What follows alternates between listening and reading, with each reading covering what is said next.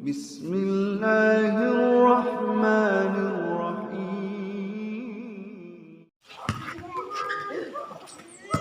Assalamualaikum warahmatullahi wabarakatuh. Sobat-sobat, kita bersama lagi di channel saya dalam dakwah Islam pencerahan. Sobat-sobat, saya baru saja selesai jogging, sobat-sobat, ya, berputar di lapangan Stadion Mini ini sebanyak 7 putaran. Sebelumnya saya jalan kaki dari rumah saya yang cukup jauh dari Stadion Mini ini, sobat-sobat. Dan tak lupa mengucapkan Dirgahayu Republik Indonesia yang ke-79. Baiklah sobat-sobat, yang pro maupun yang kontra, yang ingin saya sampaikan adalah sebenarnya iblis dan bala tentaranya hampir putus asa untuk menggoda manusia berbuat maksiat, berbuat dosa, dan menyesatkan mereka, sobat-sobat. Kenapa?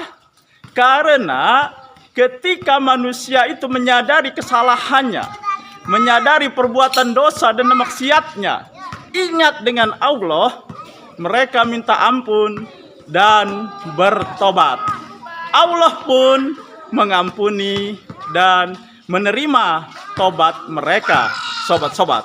Itulah yang menyebabkan iblis dan bala tentaranya hampir berputus asa untuk menyesatkan manusia dari jalan Allah. Namun sobat-sobat, dengan adanya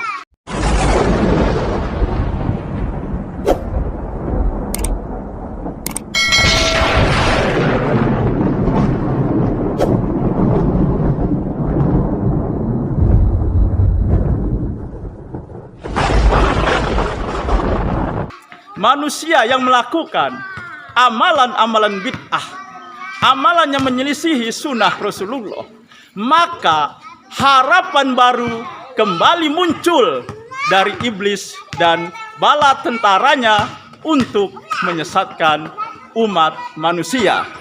Mereka berharap besar dengan amalan bid'ah ini, dan faktanya memang mereka yang sudah terbelenggu kepada amalan bid'ah sulit untuk keluar dan meninggalkan amalan tersebut, sobat-sobat.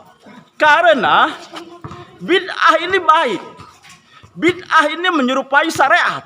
Tidak ada yang mengatakan tidak baik. Akan tetapi karena amalan tersebut, amalan baru, amalan yang dibuat-buat dan menyelisihi sunnah Rasulullah, maka Nabi selalu mewanti-wanti, selalu mengingatkan ketika beliau menjadi khotib Jumat, kullu bid'atin dolalah wa kullu dolalah binar. Setiap yang baru, setiap amalan yang baru adalah sesat, dan setiap yang sesat akan di neraka. Dan memang kenyataannya akhirnya setan juga, iblis dan bala tentaranya lebih mencintai perbuatan bid'ah daripada perbuatan maksiat dan dosa. Karena kalau pelaku maksiat, pelaku dosa, mereka sadar melakukan perbuatan itu, mereka sadar itu perbuatan yang salah, perbuatan yang berdosa. Minum-minum itu berdosa, berbohong itu berdosa, berzina itu berdosa. Akan tetapi pelaku bid'ah sama sekali tidak merasa mereka berbuat salah, mereka berbuat dosa, berbuat maksiat. Mereka menganggap itu berpahala. Kenapa? Tahlilan peringatan kematian, bid'ah, itu kan baik. Memang tahlil itu baik.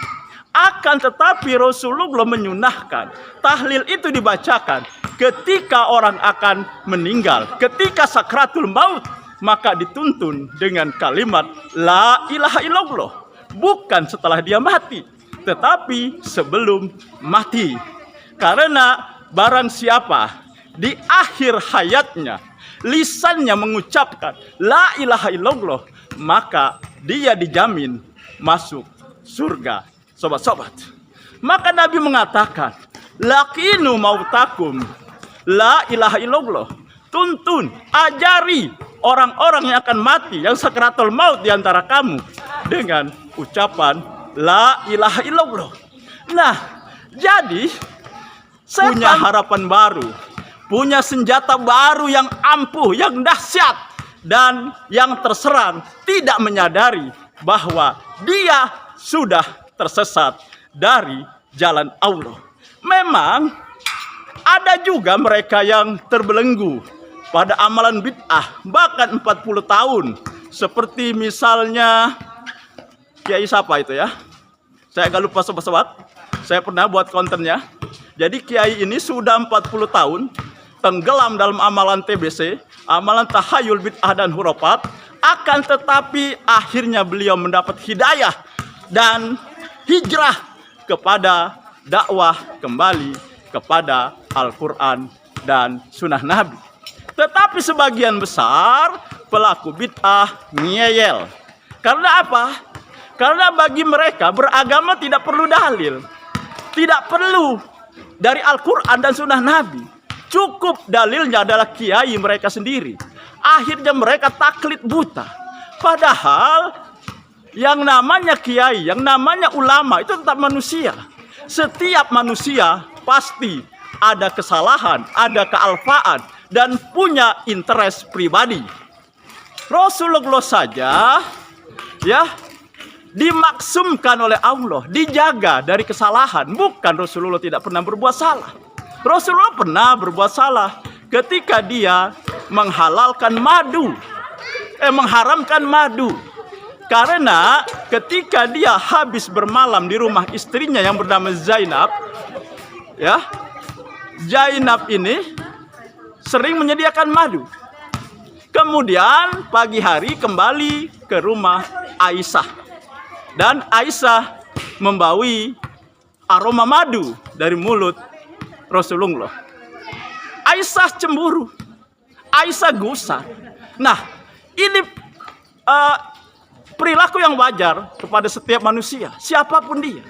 Akhirnya Rasulullah untuk menyenangkan istrinya, dia mengatakan mengharamkan madu untuk dirinya.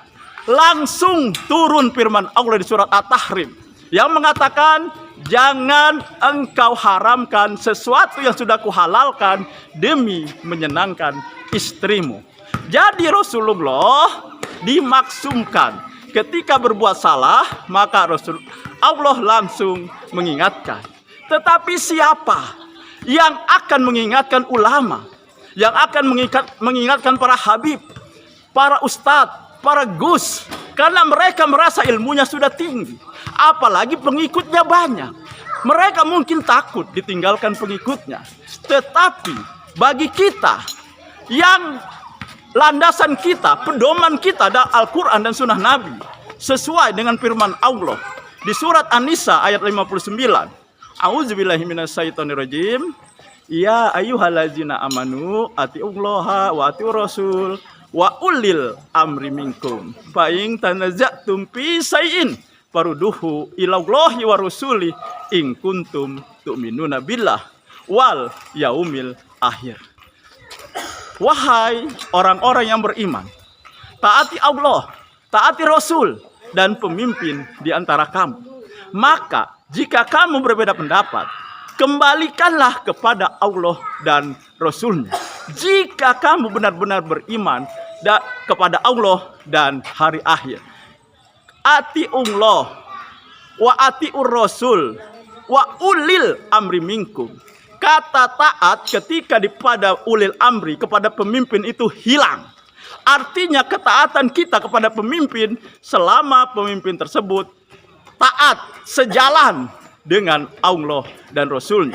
Jika pemimpin itu tidak sejalan, tidak taat kepada Allah dan Rasulnya, maka kita tidak wajib untuk mengikutinya. Itulah yang terjadi. Siapa yang bisa menjamin para ulama, para ustadz, para gus, para habib sepi dari kesalahan, sepi dari interest pribadi? Hanya Allah dan Rasulnya yang tidak punya interest pribadi. Jadi bagi sobat-sobat yang terbelenggu kepada amalan TBC, khususnya amalan bid'ah, cobalah pahami ayat ini. Kepada siapa kita harus taat? Apakah kepada pemimpin atau kepada Allah dan Rasulnya? Sebelum terlambat, karena jika nyawa kita sudah ditenggorokan, maka tobat kita, ampunan kita tidak akan diterima oleh Allah. Paling sulit memang meninggalkan amalan bid'ah. Apalagi kita sudah mendapat keuntungan-keuntungan secara ekonomi, secara posisi kita dihormati sebagai orang yang berilmu. Tetapi di mata Allah dan Rasulnya itu adalah perbuatan yang sesat, perbuatan yang menyelisihi sunnah Rasulullah, perbuatan yang akan diancam neraka, dan jangan berharap surga kalau Anda melakukan amalan bid'ah. Demikian sobat-sobat, semoga ini menginspirasi dan mencerahkan. Nasrum minallahi wa fathun qarib. Wassalamualaikum warahmatullahi wabarakatuh. Baru penonton ya. Wabarakatuh.